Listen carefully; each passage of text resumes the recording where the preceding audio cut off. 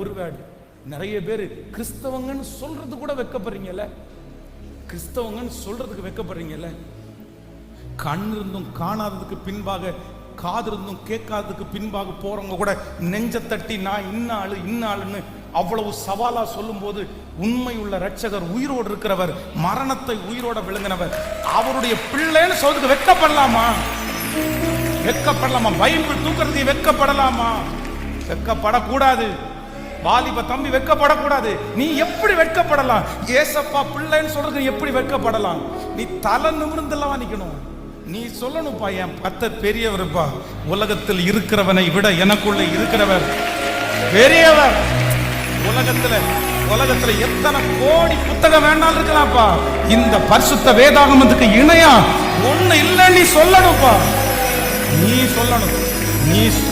நீ சொல்லாம வேற யார்